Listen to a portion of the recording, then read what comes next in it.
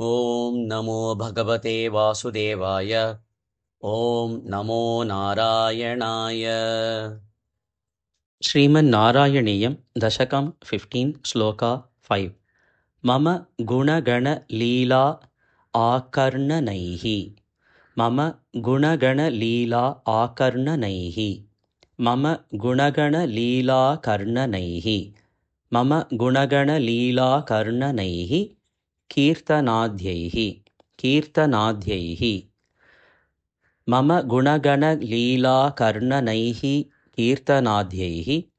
मम गुणगणलीलाकर्णनैः कीर्तनाद्यैः मयि सुरसरित् ओघ।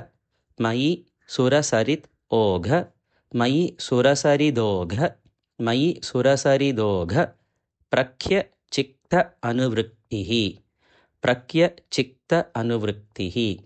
प्रख्यचित्तानुवृत्तिः।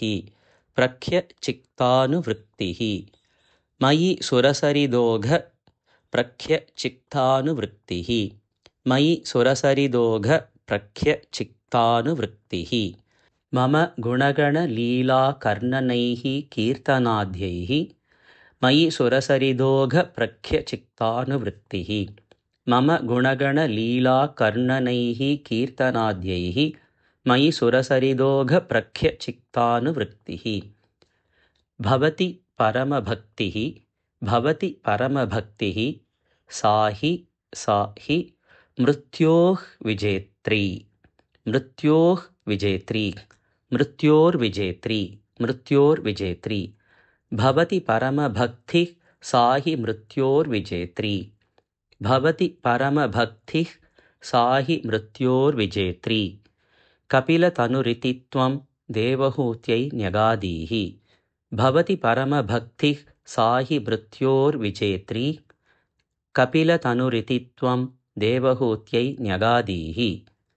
मम गुणगणलीलाकर्णनैः कीर्तनाद्यैः मयि सुरसरिदोघ प्रख्यचित्तानुवृत्तिः। भवति परमभक्तिः सा हि मृत्योर्विजेत्री कपिलतनुरिति त्वं देवहूत्यै न्यगादीः। मम गुणगणलीलाकर्णनैः कीर्तनाद्यैः मयि सुरसरिदोघ प्रख्यचित्तानुवृत्तिः। भवति परमभक्तिः सा हि मृत्योर्विजेत्री कपिलतनुरिति त्वं देवहूत्यै न्यगादीः। मम गुणगणलीला कर्णनैः कीर्तनाद्यैः मयि सुरसरिदोघ प्रख्यचित्तानुवृत्तिः।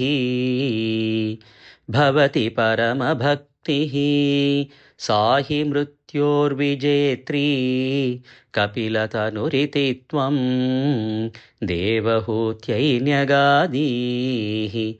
मम गुणगणलीला कर्णनैः कीर्तनाद्यैः मयि सुरसरिदोघ प्रख्यचित्तानुवृत्तिः।